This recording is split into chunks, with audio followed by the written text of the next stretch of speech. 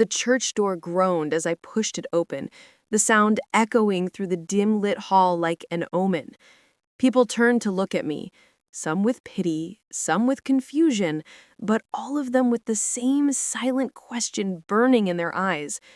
How does a woman bury a man who was supposed to come home last night? I didn't know the answer. I only knew that my hands were shaking as I stepped inside, the black dress clinging to my skin like it didn't belong to me. My husband Mark's photo was displayed at the front, smiling, alive, completely unaware that this moment would ever exist. I swallowed the rising wave of disbelief.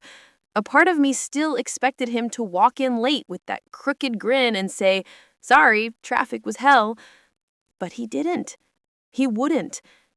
I took my seat among the murmuring guests, their voices weaving through the air like broken threads. He was so young. A tragic accident. She must be devastated. Accident. That word felt like a lie, even if I had no proof. The pastor began speaking, but his words blurred into a dull hum. All I could focus on was the coffin. Closed, heavy, final. I had refused to open it. Something in me couldn't face it, couldn't accept it. The authorities told me his injuries were severe. They advised against it. So I didn't look. And maybe that was my biggest mistake. The rain outside started tapping against the stained glass windows, the sound oddly calming. I folded my hands in my lap, trying to steady my breath, when suddenly, almost too softly to notice, the church door creaked open again. I didn't look back at first. People come late to funerals all the time.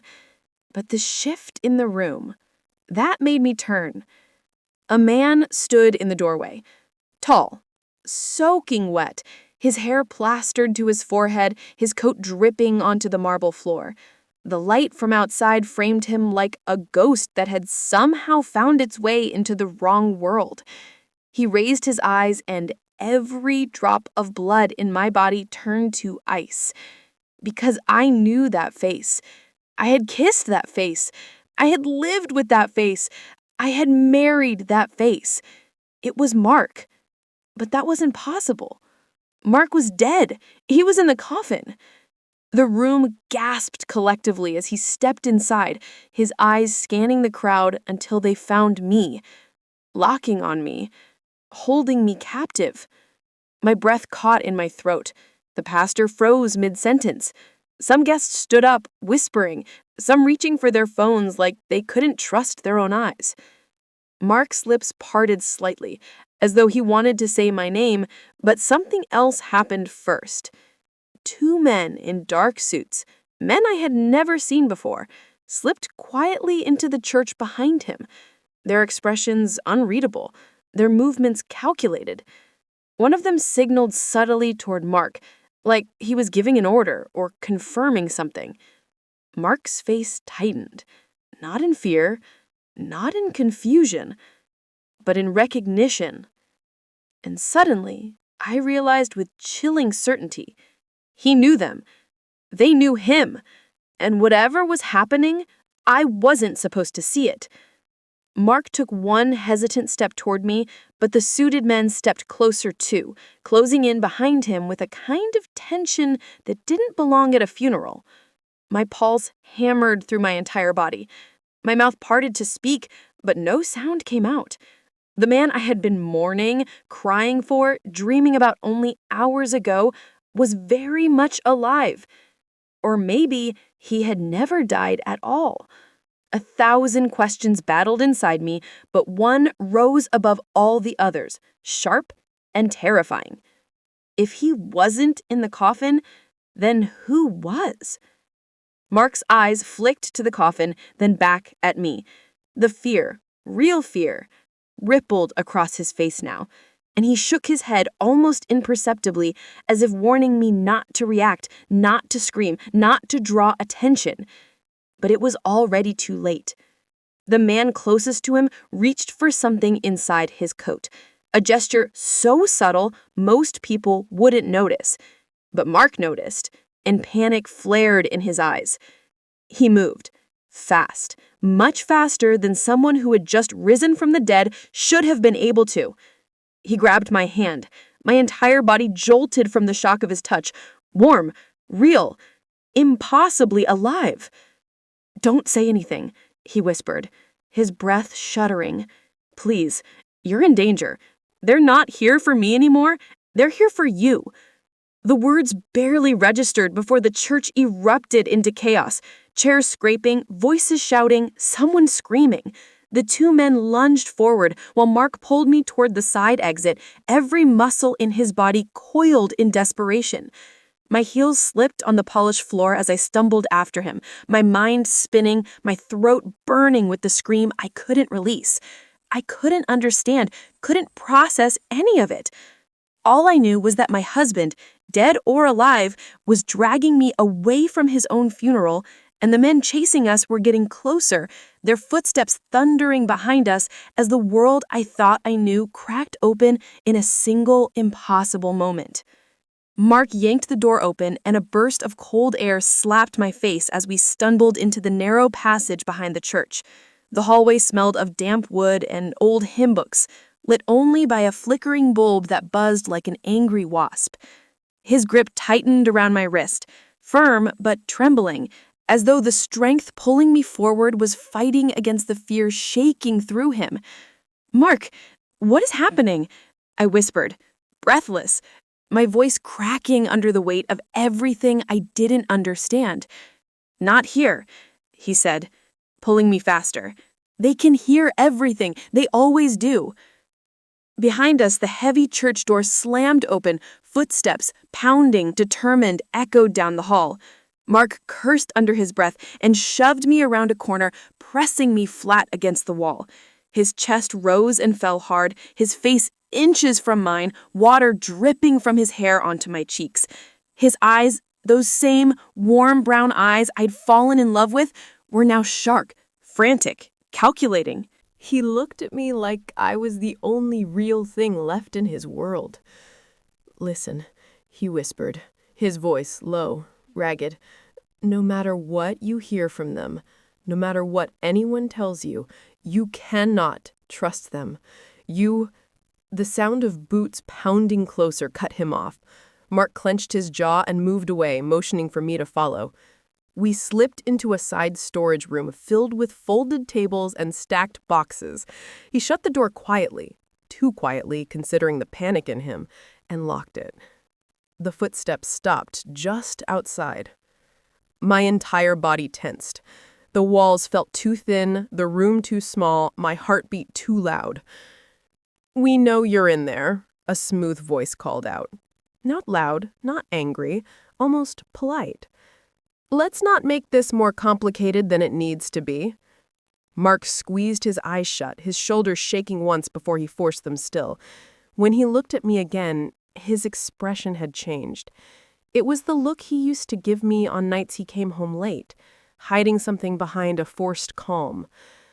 "Mark," I whispered, stepping closer, "is this about your job, the company, the project you wouldn't talk about?" A single bitter breath escaped him, almost a laugh, almost a sob. "I should have told you everything. I should have done so many things differently." A soft tap hit the door. Then another. The man outside sighed. "Mark, we don't want to hurt her, but we will if you give us a reason to." My breath hitched. Mark moved instantly, stepping in front of me like a shield, his arm reaching behind him to pull me closer. He lowered his voice even further. "I need you to trust me now more than you ever have. Whatever happens, you stay behind me. Do you understand?" I nodded slowly, though my legs trembled so hard I wasn't sure they would hold me if anything happened. The tapping stopped. Silence stretched so long it felt like the air was thickening around us.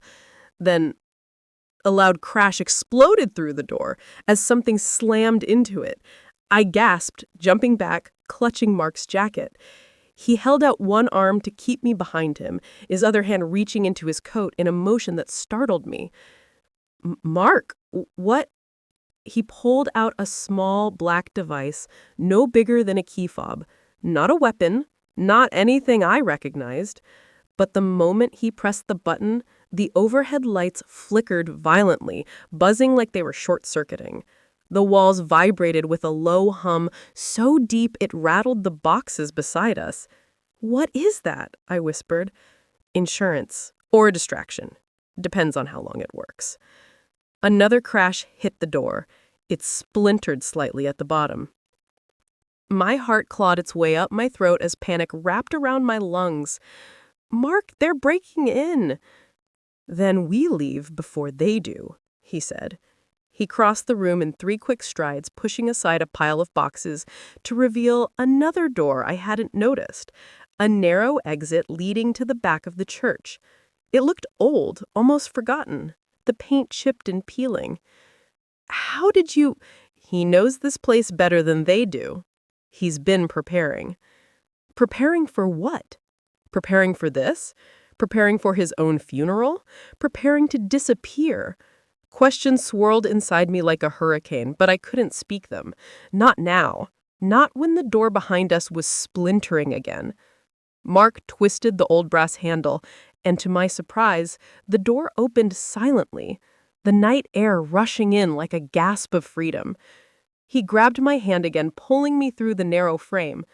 But before the door shut behind us, the main door burst inward. I caught one last glimpse of a man in a suit storming in, his eyes sharp, scanning, landing directly where we had just stood. Mark pulled me into the dark before he can turn fully. We slipped behind the church, the rain soaking through my dress instantly. Thunder rolled across the sky, shaking the earth beneath our feet. Mark didn't slow. He tightened his grip and guided me toward the graveyard behind the property, a maze of stone markers and leaning crosses.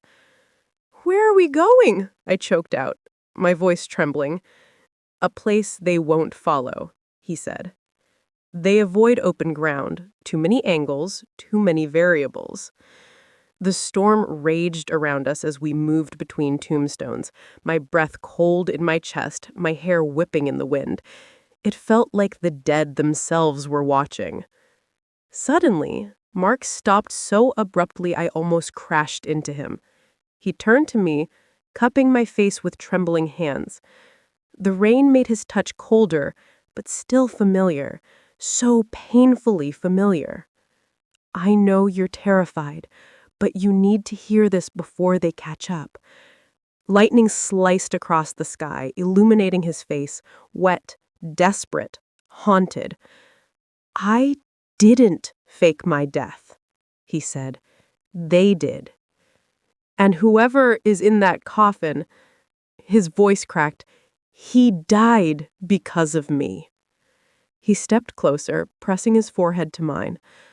"I am so sorry for everything, but I swear I never meant for you to be part of this. I thought I could keep you safe by staying away." Thunder boomed. Footsteps echoed somewhere behind the graves. Mark's eyes widened. "They found us," he whispered, grabbing my hand again. "And if they take you, it's over. For both of us." We ran again, deeper into the night, into the maze of the graveyard as shadows moved between the stones behind us, growing closer with every heartbeat. Mark pulled me through the rows of gravestones so fast the wet grass slapped against my legs. The storm kept swelling overhead, thunder rolling like something ancient and furious had woken up in the clouds. Rain blurred my vision, but every shadow, every movement behind us sharpened my fear until it felt like it was breathing on my neck. We ducked behind a wide marble monument, the stone angel above us cracked and eroded by years of weather. Mark pressed me against the cold base, his chest rising and falling fast, his eyes scanning the darkness. "They're close," he murmured. "How can you tell?" I whispered, barely forming the words. "They're trained to move without sound," he said, brushing wet hair out of my face. "But the storm amplifies everything. You learn to hear differently." There was a heaviness in that sentence. A weight of experience I never knew he carried, something beyond late nights at work and mysterious calls he used to step outside to answer. I wanted to ask him everything. I wanted to scream. I wanted to run. But his hand was warm on my arm, grounding me, pulling me back into the moment. "They won't hurt you," he said, his voice barely audible over the wind. "Mark, why would they want me?" I asked, shaking. "I don't know anything." "That's exactly why. Your leverage. You're the only thing they know I'll protect." Lightning cracked again, casting a stark flash across the cemetery. Through the trees, a silhouette moved. Tall, purposeful, not rushing, just advancing, like it already knew where we'd go. Mark pulled me lower to the ground. "We need to move. Staying still will get us cornered." We crawled along the monument's base until he spotted a break in the tree line. The back of the church property expanded into a neglected stretch of land, tall grass swaying in the wind like a field of shadows. Beyond it, a rusted fence leaned at odd angles, half swallowed by climbing vines. "We make it to the fence, and we'll have a chance." "A chance for what?" I asked, though I wasn't sure I wanted the answer. "To disappear," he said simply. Disappear. The word felt like a door closing. He grabbed my hand again and we sprinted. Rain pelted us, mud splashing with each step. The cold bit into my skin, but adrenaline burned away everything else. My breath came in sharp bursts as we crossed the uneven ground, weaving between rows of forgotten graves. Behind us, another silhouette appeared. And another. They weren't running. They didn't need to. Their confidence was terrifying. We reached the edge of the field, the tall grass brushing against my arms like fingers. Mark pushed ahead, guiding me through a narrow path where the ground dipped slightly. He moved with certainty, like he had memorized the land long before today. "You've been here before," I said breathlessly. "More times than I wanted to be," he replied. Suddenly he stopped and crouched low. "Get down." I dropped beside him, the grass swallowing us. My knees sank into the wet earth, and the rain poured off the towering blades like tiny rivers. "Look," he whispered, pointing between the stalks. Through the blur of green and shadow, I saw them.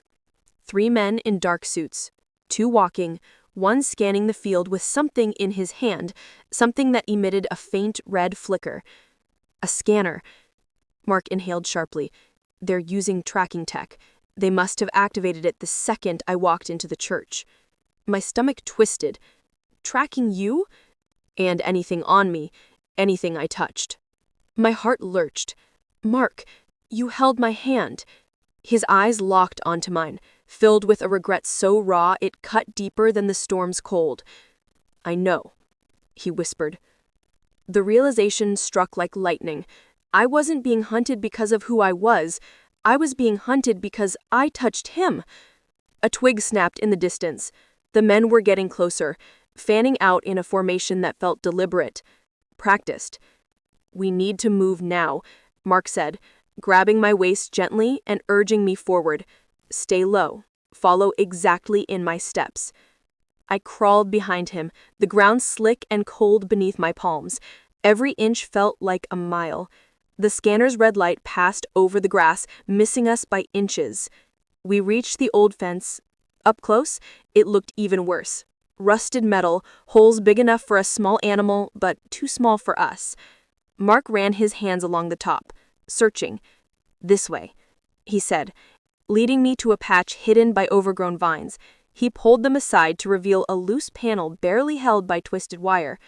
"You first," he urged. "I can't fit through that," I whispered. "You can, and you have to."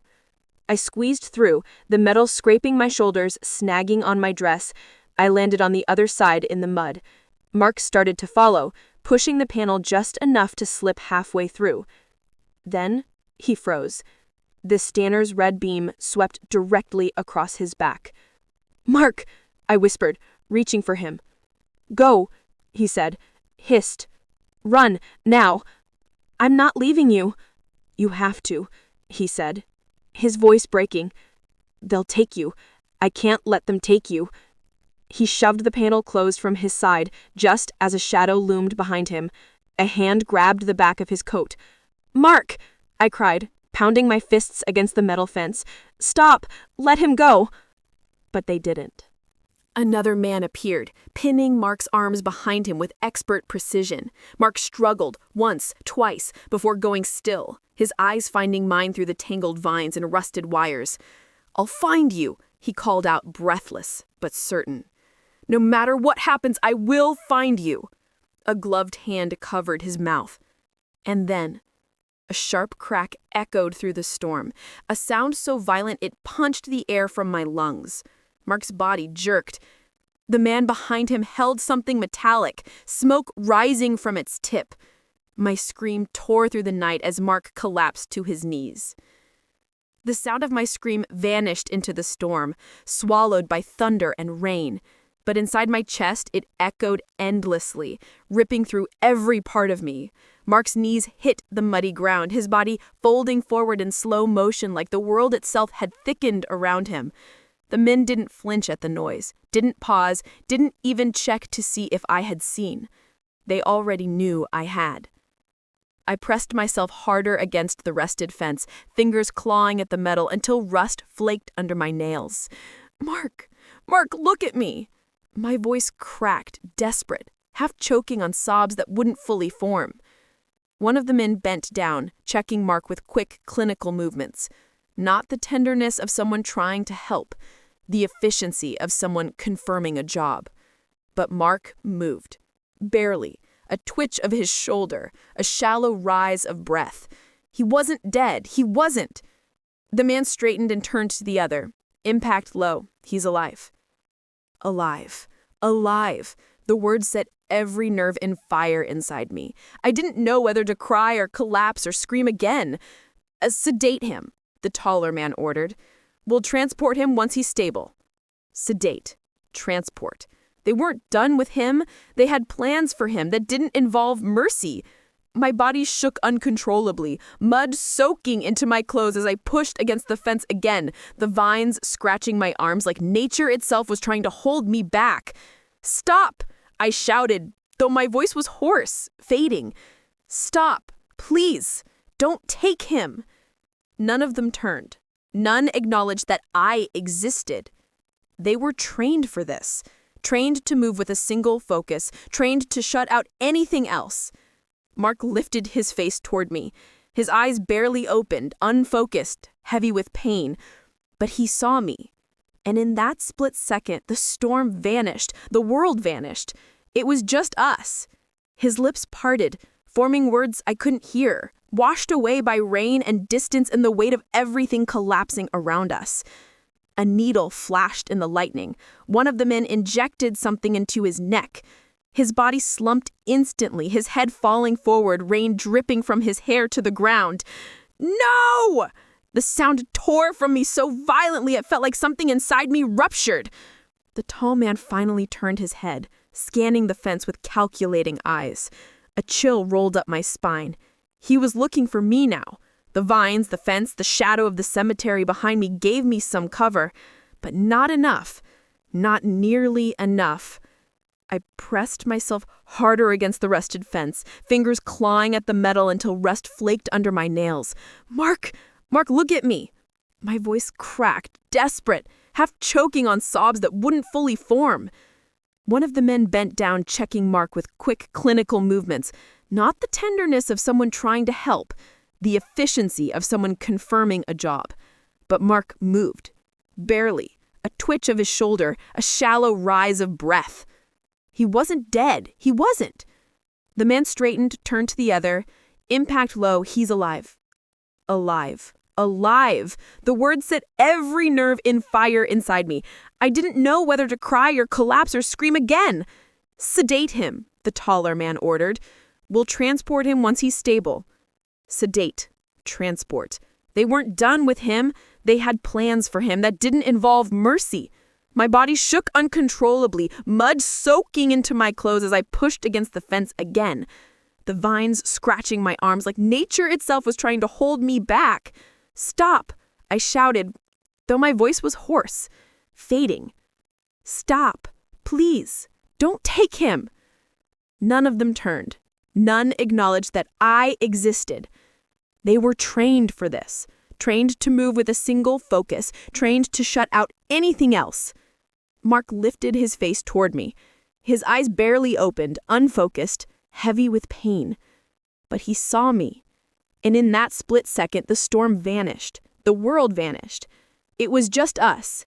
His lips parted, forming words I couldn't hear, washed away by rain and distance and the weight of everything collapsing around us. A needle flashed in the lightning.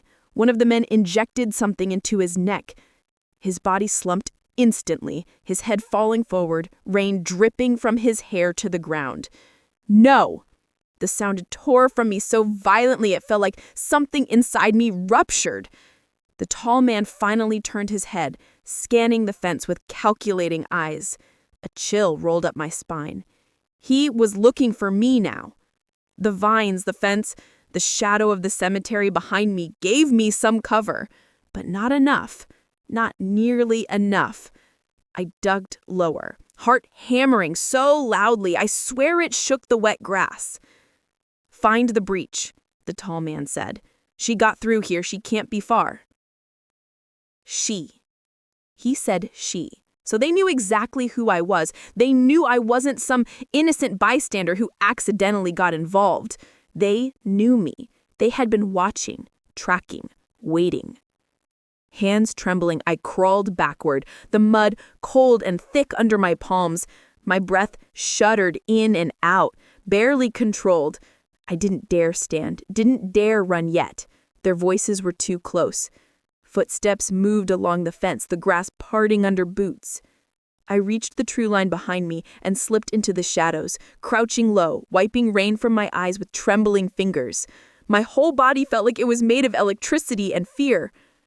Through the fence, the men hauled Mark up by his arms. His head hung forward, his body limp. I bit down on my hand to stop myself from screaming again. The sight carved into me, sharp and merciless. They moved quickly across the field, heading for the service road behind the church. The moment they disappeared into the tree line on their side, another pair of figures emerged, different men, wearing dark rain ponchos, carrying equipment. A van engine rumbled faintly in the distance. They had backup. They weren't improvising. This was planned. All of it. Which meant whatever happened to Mark wasn't an accident, and whoever ended up in that coffin, that was part of the plan too. A dizzy wave of nausea rolled over me. I pressed my forehead against the tree trunk, grounding myself, breathing shallow and fast. I waited until their voices faded, until the sound of boots thinned into silence, and the storm was the only noise remaining. Then I pulled myself to my feet, though my legs shook violently, like they no longer remembered how to hold my weight. I stepped back toward the fence, gripping the cold metal with both hands, as I searched the field with desperate eyes. They were gone, completely gone. The only signs they'd been there were deep boot prints in the mud, and a dark smear where Mark had knelt. I dropped to my knees, tears mixing with rain. "I'm sorry," I whispered, though I didn't even know what part of this was mine to apologize for. Sorry that I didn't know. Sorry that he thought keeping secrets protected me. Sorry that I was helpless on the other side of a fence while they dragged him away. I pressed my palm against the cold, rusted metal where he last looked at me. "I'll find you too. I swear I will." A sudden rustle behind me snapped me out of the moment. I spun around, heart leaping into my throat. The trees shook with wind, but there was something else, a shift of shadow that didn't follow the storm's rhythm. I stepped back instinctively. My breath caught. A figure stood between the trees. Not one of the men from before, smaller, hooded, still, watching me. I wiped my face quickly, trying to focus through rain and tears. "Who's there?" The figure didn't move, didn't speak. My pulse spiked, adrenaline flooding back like a second storm inside my chest. "Stay back," I warned, though my voice wavered. "I'm not afraid of you." That was a lie. I was terrified of everything now, terrified of what I didn't know, of who these people were, of who Mark had been before I ever met him. The hooded figure finally stepped forward, a slow, deliberate movement. A glint of something metallic flashed in their hand. My muscles locked. I braced myself to run or scream or fight, but then the person lifted their other hand, palm up, showing me something small, something familiar. A ring. Mark's ring. My breath left me in a sharp gasp. "Where did you get that?" I whispered, voice trembling. The figure removed the hood, and the face that stared back at me shattered whatever was left of my world. The face staring back at me was young, maybe 16 or 17, framed by rain-dark curls plastered to their forehead. A boy, barely old enough to be out at night alone, let alone standing in the middle of a storm holding my husband's ring. But it wasn't just his age that stunned me. It was his eyes. They were the same color as Mark's, the same shape, the same quiet intensity, even though fear edged them. For a moment, my brain refused to connect what I was seeing. It wasn't possible. It didn't make sense. Mark would have told me. He would never hide something like this. The boy stepped closer, closing the space between us with slow, cautious steps like approaching a wounded animal. "He told me to find you," he said, voice soft but steady despite the storm ripping around us. I blinked, water streaming down my face that wasn't just rain anymore. "Told you when? Where?" "Tonight, right before they grabbed him." His words hit me like cold iron. "You were there with him?" He nodded. Anger, grief, confusion, all tangled inside me. "Who are you?" The boy swallowed hard, his knuckles white around the ring. "My name is Caleb." The name meant nothing to me, but something in his expression told me it should have. He extended the ring toward me, his hand shaking. I hesitated before taking it, my fingers brushing his. The moment the metal touched my skin, every memory of Mark wearing it flashed through me like a reel of glass cutting my insides. "He said you'd need this," he whispered. The ring felt heavier than it ever had before, almost too heavy for something so small. "Why would he give this to you?" I asked, voice cracking. Why weren't you taken with him?" "Because he made sure I wasn't. He pushed me into the ditch before they saw us, told me to run, told me to go around the cemetery and find you, told me they'd come for you next." My stomach turned to ice. "They know who I am?" "They know everything. Your name, your address, where you work, your sister's house, all of it." I staggered back, grabbing the nearest tree for balance. The rain felt colder suddenly, like it had seeped into my bones. "How?" I whispered. Caleb hesitated, shifting nervously on his feet. "Because of him. Because of what he was doing." "What was he doing? Who is he, Caleb? Because he's not just my husband working at a logistics firm. He's someone they're hunting, someone they tried to kill, someone who saved me," Caleb said quietly. The words stopped me cold. He looked up again, and this time there was no fear in his eyes, only a strange, quiet sadness that felt too old for his face. If it weren't for him, I'd still be in that place, or dead. "What place?" I whispered. Caleb shook his head. "We can't talk here. They'll sweep this area again. We need to go somewhere safe." I almost laughed. Safe? There was no safe. Not anymore. But the storm, the silhouettes burned into my mind, the scanner, the gunshot echoing in my skull. I couldn't stay here. "Where?" I asked. "There's an abandoned caretaker's shed on the other side of the hill. They don't go there. There's no line of sight." Why not? I asked. He looked at me like I'd just asked why the sky was blue. Because the place is cursed. He said it plainly, without any hint of superstition, as if it was a practical fact, as if these men, these trained, ruthless men, believed in curses. And right now, I didn't care if it was cursed, haunted, collapsing, burning, or non-existent. I just needed cover, a breath, something solid to hold on to before the world tipped again. Fine, just take me there. Caleb nodded and motioned for me to follow. We slipped deeper into the woods behind the cemetery, the rain pounding a steady rhythm on the leaves above. Branches snapped under our feet, and every sound made me flinch, expecting another silhouette to materialize, expecting another red beam to slice through the dark. I tightened my grip on Mark's ring, as if it were a lifeline. We trudged uphill, the mud slick beneath us.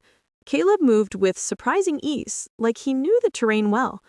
I wondered how many times he'd walked through these woods, how long he'd been around Mark, how many secrets they shared. We reached a cluster of twisted trees marking the hilltop. Beneath them sat a collapsed structure that might once have been a shed. The roof dipped inward, one wall missing entirely, the air inside thick with damp earth and rotting wood. "This is it," he said, glancing around as if someone would explode out of the shadows. "No one comes here?" "No one living," he said, tone flat. I swallowed hard as he ushered me inside. The air was cold, stale, heavy with the remnants of something long forgotten. I hugged my arms around myself, shivering. Caleb kept watch at the entrance, peering through the curtain of vines. "We don't have long before they widen their search. They'll notice he isn't carrying the tracker anymore." I stared at him. "Tracker?" Caleb nodded. It was in his ring. My fingers went numb around the metal. "He wanted you to have it. He wanted them to follow you." "Why would he do that?" I demanded. "So they wouldn't find me," Caleb said simply. A rush of anger surged through me. "What are you to him? Why risk everything for you? Why hide you? Why—" The boy finally turned to face me fully, and the truth hit me before he even spoke. His eyes, his age, the way Mark looked at him from the field with something deeper than fear. "I'm his son," Caleb said softly. "His first one." For a moment, the storm outside fell away. The distant thunder, the drumming rain, the branches shuddering in the wind, all of it blurred into a single ringing silence. My heartbeat was the only sound left, pounding harder and harder until it felt like my ribs might crack. Caleb didn't flinch. He didn't take it back. He just stood there, soaked and shivering, watching my face as if he already knew exactly how much damage his words would do. I opened my mouth, but nothing came out. My throat felt scraped raw. "You're lying," I finally whispered, even though every instinct told me he wasn't. "Mark would never hide something like that from me." "He didn't want to," Caleb said quietly. "He tried to keep both of you safe by keeping you apart." "Both of us." The phrase hit like a knife twisting in my stomach. I stumbled back a step, the shed shifting around me as dizziness washed over me. "No, stop. Just stop. I just watched them drag him away. My mind can't take more than that right now. I can't handle—" "I know," Caleb said, voice dipping, almost pleading. "I'm not trying to hurt you, but you need the truth, all of it, not the pieces he thought would protect you." Drip dropped through a crack in the roof, pattering onto the floor between us. My breath trembled as I turned away, gripping the edge of a rotting chair to keep myself upright. "You're his son," I murmured, the words tasting bitter and wrong. "How old are you?" 17.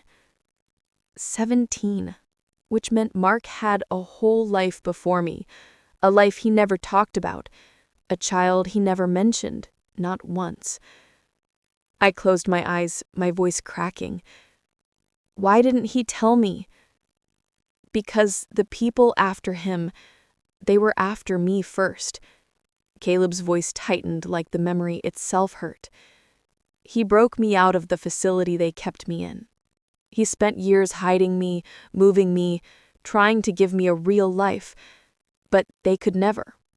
They kept finding us. So he stopped trying to live a normal life and started trying to destroy them instead. I turned slowly to look at him. Destroy who, Caleb? Who are they? He swallowed hard. They're the Directorate. The name meant nothing to me, a hollow, ominous nothing. They're not a government agency. They're not a private company. There's something in between, something hidden. They take people who have skills, abilities, data, connections. They take them young. They took me at 9. A chill swept down my spine that had nothing to do with the storm. And Mark, I whispered. He used to work for them, before he knew what they really were, before he found out what they did to recruits. When he tried to expose them, they labeled him a defector. They tried to kill him. He faked his first death 12 years ago, but they tracked him down. He escaped again. Then he found me. 12 years ago. That was long before I met him. Long before I ever imagined he could have a past big enough to swallow us both whole. I sank onto a broken crate, my hands shaking so badly the ring slipped from my fingers. It clattered on the wooden floor with a small metallic tap. Caleb bent and picked it up gently, wiping the mud with his sleeve before handing it back. Whatever you think about him, he loved you. He really did. My throat tightened. Did he love my ignorance too? He flinched, his mouth parting before he forced it shut. He didn't answer, and that silence hurt worse than anything he could have said. I held the ring tightly in my palm, squeezing until the metal dug into my skin. You said the tracker was in here. He nodded. They'll follow it. They'll follow you. My pulse spiked. Then why keep it? Because the tracker's just one part. There's something hidden inside, something Mark wanted you to have. My breath caught. What? I'm not sure, he admitted, but he told me it was the only thing that could put an end to this. I stared at him, stunned. So you mean Mark was planning all of this? Not like this. He wasn't supposed to walk into his own funeral. Something forced his hand. And he wasn't supposed to be captured. That wasn't the plan. A shiver rippled through me. What was the plan? He hesitated, chewing his lip like he was deciding whether to tell me the truth or shield me from it. He was going to disappear again, for good, but before he did, he wanted to tell you everything. Pressure built behind my ribs, a crushing ache that made it hard to breathe. I would have listened. I know. That's why they stopped him. A gust of wind slammed against the shed, rattling the broken boards, sending a spray of rainwater through the gaps. Caleb glanced toward the entrance, his body tensing. We don't have much time, he whispered. They'll check this hill soon. Then where do we go? I asked. Not we, he said. You. No, I snapped, stepping toward him. Whatever this is, whatever Mark died, no, not died, whatever he fought for, I'm not running away. You have to, Caleb insisted. You're the one thing they can't control. You're unpredictable. You know nothing about them, so they can't use anything against you. That's power. I shook my head. That's vulnerability. Not with this. He nodded to the ring. I looked down at it. The metal felt colder than before, like something alive pulsed inside it. What am I supposed to do? I whispered. Caleb opened his mouth to answer, but something outside shifted. A twig snapped. Not in the random, scattered pattern of the storm. This sound was precise, intentional. Caleb froze. His eyes widened. "They found us," he breathed, and the shed door, covered in vines and rainwater, began to push inward. Caleb didn't wait. He grabbed my wrist so fast that the ring nearly slipped again, and he yanked me behind a stack of rusted garden tools, just as a sliver of dim light leaked through the widening gap in the door. His breath went shallow and sharp, barely a sound. Mine was a trembling mess I had no control over. My heartbeat felt loud enough to echo. The door eased open an inch more. Rain hissed in along the floorboards. A boot stepped inside, heavy and deliberate. Not a boot meant for weather. A boot meant for work, for hunting. Caleb's fingers tightened around my wrist until I felt the blood rush against his grip. His other hand slid to the back of his belt. I couldn't see what he was reaching for, but I caught the faint metallic click of something small and dangerous. The man stepped fully into the shed, letting the door fall shut behind him. I couldn't see his face, only the dark silhouette, raincoat dripping, shoulders squared in a way that made my whole chest clench. He wasn't here by chance. He was here for us. He took 2 slow steps forward. The boards creaked under his weight. Caleb shifted, nudging me back a fraction of an inch so I was behind him, protective, ready, terrified under the surface. Then the figure paused, tilted his head slightly, listening. My lungs burned. I forced myself to stay still, stay quiet, even as a cold bead of rainwater slid down the inside of my collar. The man took another step, then crouched.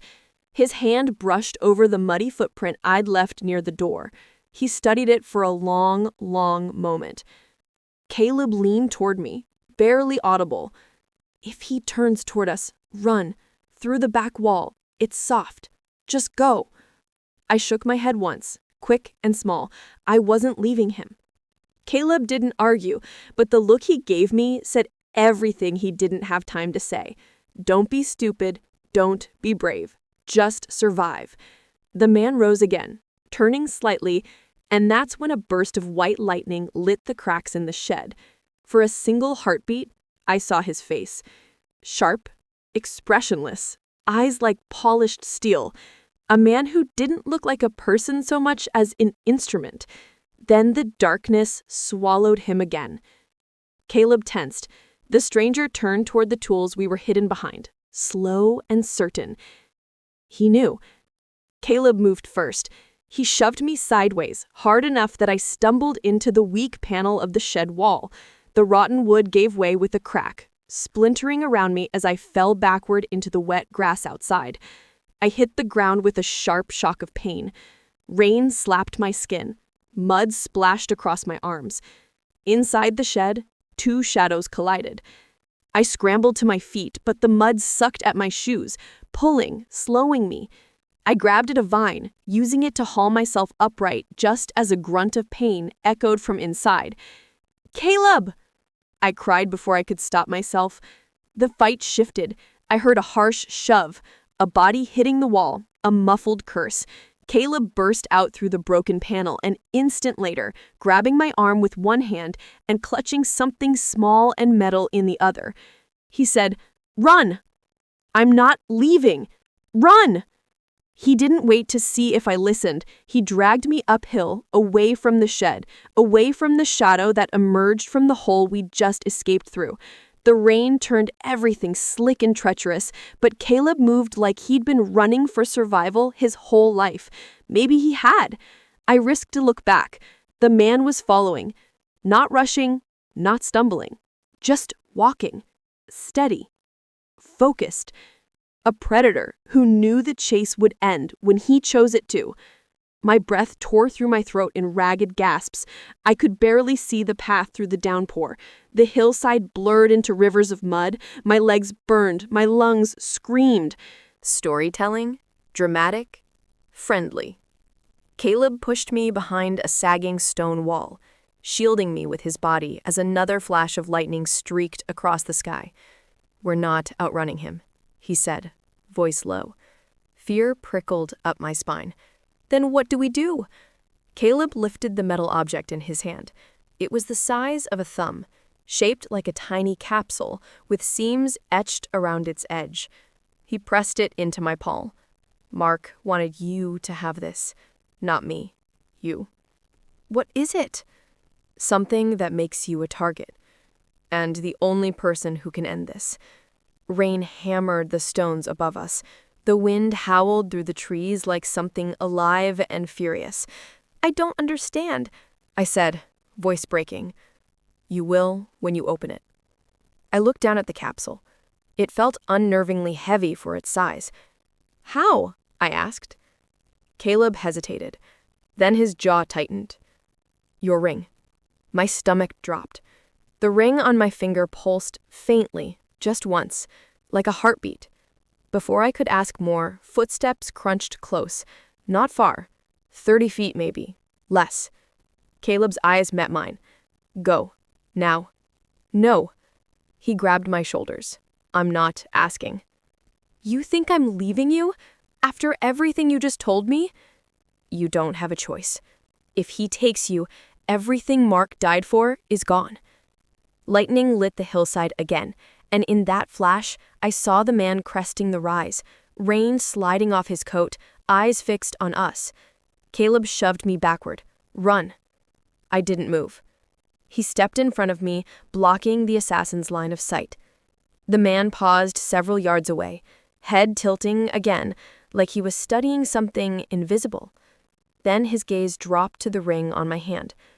Recognition flickered across his otherwise empty expression. He spoke for the first time, voice flat, almost calm.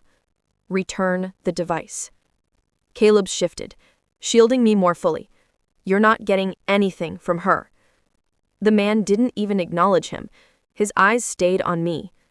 "Return the device. You are not authorized to possess it." My pulse hammered so fast it hurt. I clutched the capsule in my palm, the metal edge biting into my skin. Something inside it clicked, a soft, almost curious sound. The man's posture changed. Caleb sucked in a breath.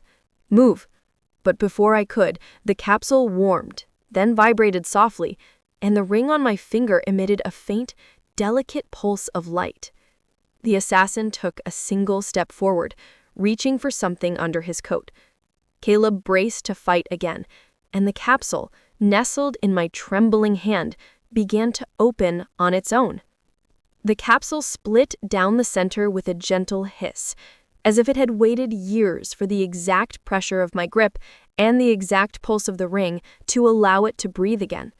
A thin line of pale, bluish light slipped out, sharp and soft at the same time, illuminating the rain around us like a small, glowing heartbeat. Caleb's eyes widened. "Don't touch whatever's inside, just let it open." But it was already too late. The capsule unfolded like a metal flower, petals peeling back to reveal a tiny square of glass no bigger than a coin. Embedded inside it were faint, flickering threads of gold, moving as if alive. The assassin's reaction was instant. His hand darted beneath his coat. Caleb swore and lunged at him, tackling him before he could finish pulling out whatever weapon he'd reached for. Rain exploded around them, mud splattering, their bodies crashing together in a violent blur. I stumbled backward, almost dropping the glowing thing. The air around it hummed, vibrating in my palm. Lightning forked above us, the sky cracking open with a roar that shook my bones. "Caleb!" I yelled, but he didn't answer. He was too busy trying to keep the assassin's arm pinned, his own body half buried in the sliding mud. The man fought with terrifying precision, no wasted movement, no hesitation, just lethal efficiency. I wanted to run to Caleb. I wanted to help, but the tiny square of glass pulsed again more insistently this time, as if demanding my attention. A soft sound escaped it, not a beep, more like a whisper. Then a faint projection flickered into the air above it. My stomach dropped so fast I almost fell, because the projection formed a familiar outline. Broad shoulders, tired eyes, the same scar along the jaw I used to trace with my fingertips. Mark. My Mark. Not flesh and bone, but a holographic imprint, a recording waiting for the moment it could finally speak. I forgot about the rain, the fight, the danger crawling closer with every heartbeat. All I could do was stare. The projection sharpened. "Anna," Mark said, voice quiet, threaded with urgency. My knees nearly buckled. The assassin twisted violently, throwing Caleb off just long enough to start rising again. Caleb wheezed, scrambling back to his feet. "Anna, move!"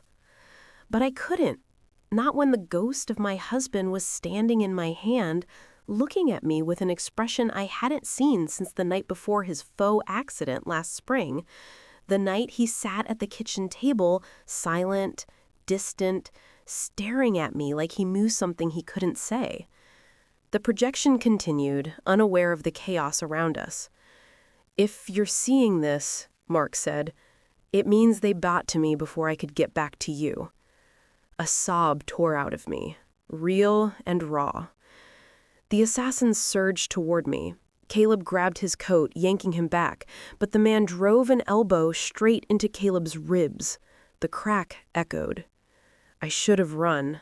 I knew that. But I stood rooted to the spot, gripping the device like it was the last piece of Mark left in the world. "There isn't time," Mark's voice urged. "Anna, you need to listen carefully. What you have, it's not just evidence, it's a key. The Directorate believes it leads to a vault."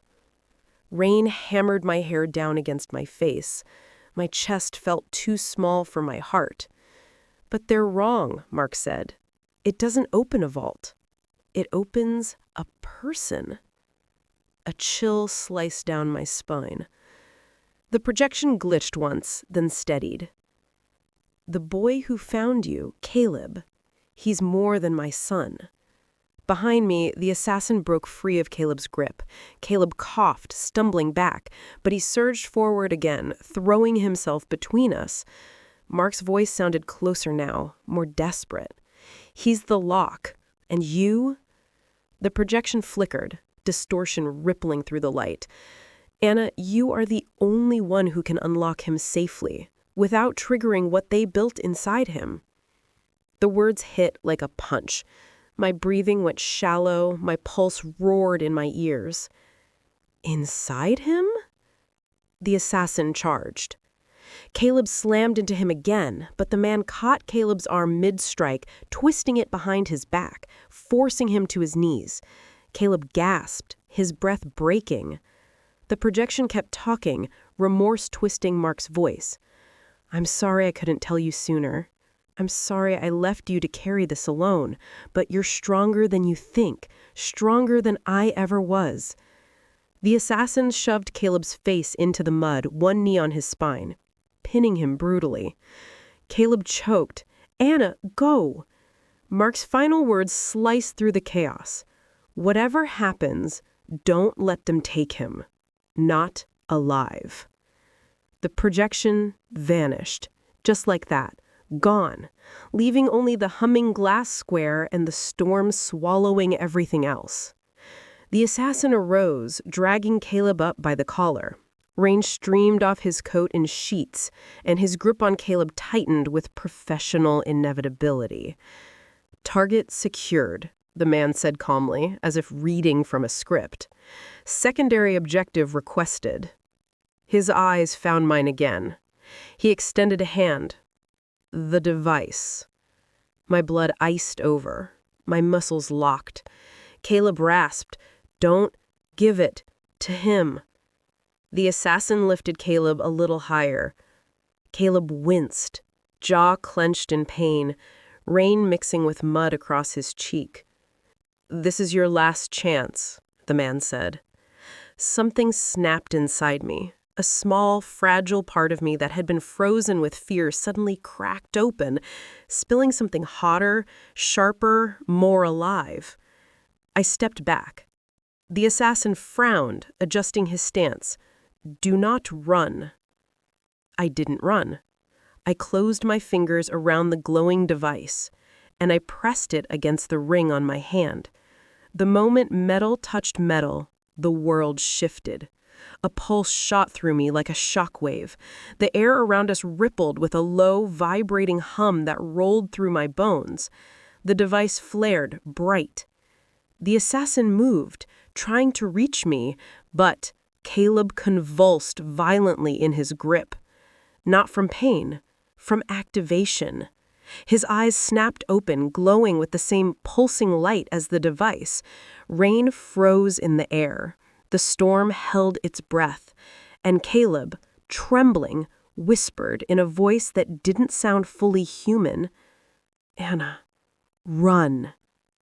Caleb's voice fractured as he spoke, layered with something metallic underneath, something that didn't belong to a 17-year-old boy. His whole body shook like every nerve inside him had been plugged into a live wire. Light flickered beneath his skin, running in sharp, branching lines up his throat and down his arms. The assassin felt it instantly. His grip faltered for the first time since he'd appeared. His composure cracked just a fraction. Then he released Caleb and stepped back, fast, calculating, reassessing the threat. Caleb collapsed to his knees, breath tearing out of him in harsh gasps. The glowing patterns across his body pulsed erratically, like they were searching for stability but couldn't find it. I didn't run. I just stared, frozen between horror and something like helpless awe. The assassin spoke into a device on his wrist. Subject activation detected. Code deviation. Unauthorized user triggered the protocol. Static hissed from the device, followed by a flat, distorted voice that made the rain seem louder. Neutralize the user. Contain the subject. The assassin turned his head toward me, and even through the storm I saw something new in his eyes. Fear. Not of me, of what Caleb was becoming. Caleb tried to stand, but his legs buckled. His vision flicked toward me, glowing and terrified. "Anna, go, please." I shook my head. "No, I'm not leaving you." A strange, static hum rolled through the air, low and rising. The rain spiraled strangely, twisting toward Caleb as if drawn by a current. I felt the hairs on my arms lift. The air charged itself around us, thick with something I didn't understand. The assassin lunged. He moved with unnatural speed, closing the distance between us in a blur. I stumbled back, clutching the device against my chest. My foot slipped in the mud, and I hit the ground hard, the impact knocking breath out of my lungs. The assassin reached for me. Caleb screamed. It wasn't a human scream. It was something electric, something that vibrated through the earth and the rain and the marrow in my bones. Energy burst outward from him in a shockwave that rippled through the ground. The assassin was thrown backward like a rag doll, slamming into the stone wall with enough force to make it crack. I shielded my face, gasping as the force pressed against me, lifting the edge of my coat, rattling through my ribs. Then, just as suddenly, it stopped. Silence. Except for the rain. Except for my heartbeat pounding in my ears. I lowered my arms slowly. Caleb was standing. Barely. His body shifted like he was fighting against invisible restraints. The glowing lines across his skin dimmed, then brightened again, flickering wildly. His voice came out soft, broken. "I can't hold it." I stumbled to my feet. "Caleb, look at me. Just look at me." His eyes snapped toward mine. The glow inside them fluttered like a candle caught in a storm. Rain beaded on his skin but evaporated the moment it touched the light pulsing under it. "What's happening to you?" My voice shook. He laughed, a hollow, aching sound. "Everything my father warned me about." The assassin pushed himself up from the shattered stones, limping but still terrifyingly functional. His expression was no longer calm. It was intent, urgent. He reached under his coat and pulled out a thin, silver baton. A weapon, one designed for exactly this. Caleb saw it too. "Anna, stay behind me. You can't fight him like this." "I don't have a choice." His hands flexed, pulses of light gathering beneath his fingertips like tiny sparks flaring to life. I grabbed his arm. "Mark said you need me. He said I'm the only one who can—" "Not now," Caleb's voice cracked, raw with pain. "If you try to help me now, you'll trigger the wrong sequence and—" He didn't finish, because the assassin surged forward again, baton raised, aimed directly at Caleb's spine. I reacted without thinking. I threw myself toward Caleb, shoving him sideways just as the baton sliced through the space where he'd stood. The ground behind us erupted in a spray of dirt and sparks. Caleb lost his balance, tumbling with me into the mud, our limbs colliding, rain soaking our clothes instantly. The assassin recovered quickly, sweeping the baton toward us again, but Caleb grabbed my wrist and yanked me up with him, rolling us both out of reach. He gritted his teeth. "You shouldn't have done that." "I wasn't about to let him kill you." "You don't get it. If the activation completes wrong, I could—" He sucked in a trembling breath. "I could hurt you." "Then we fix this before it gets worse." His eyes softened in a way that almost broke me. "Anna, you don't even know what I am." The assassin struck again. Caleb reacted faster this time. He raised his hand, fingers trembling, and a pulse of light burst out, forming a shimmering barrier for half a second. The baton hit it, sending sparks exploding outward. The barrier shattered, but it bought us a breath. Just one. Caleb swayed, almost collapsing. I caught his arm, feeling the heat pouring off him. "You're burning up." "I know." The assassin stepped forward, relentless. "Subject unstable. User incompatible. Termination required." He was talking about me. Termination? Cold terror washed through me. Caleb's breathing hitched, and his hand slipped from mine as he faced the assassin again, light flickering brighter as if responding to the threat. Then, suddenly, the device in my hand vibrated, a low, rising tone that built in intensity. The glass square glowed again, projecting another faint shimmer of data. Not an image, not a message. Instructions. The light shifted, shining directly onto Caleb's wrist, highlighting a faint circular mark that hadn't been visible before. A keyhole, no bigger than a raindrop. My breath caught. "Caleb? Turn your arm." He looked confused, but he did. The mark pulsed faintly, syncing with the device in my hand. Recognition. A connection. The assassin froze mid-strike. "No," he whispered, actual dread creeping into his voice. "Unauthorized link detected. Shut it down. Shut it down now." But it was too late. The device glowed so bright it pierced the rain. The glass square glowed again, projecting another faint shimmer of data. Not an image, not a message. Instructions.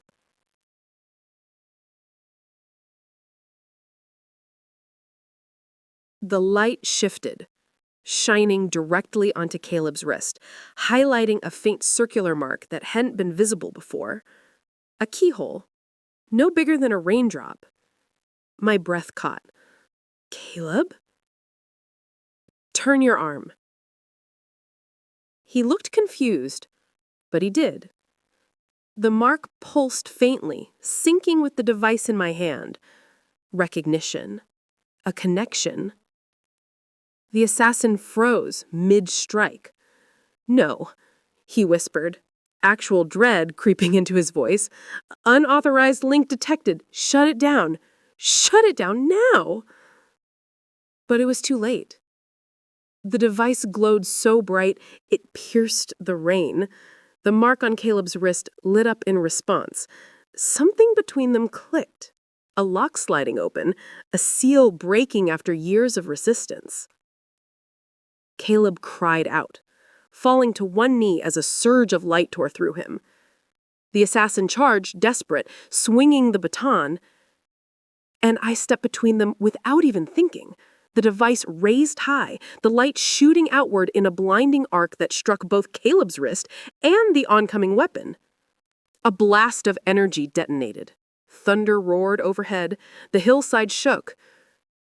And when the light finally dimmed, the assassin lay motionless several feet away, the baton shattered beside him.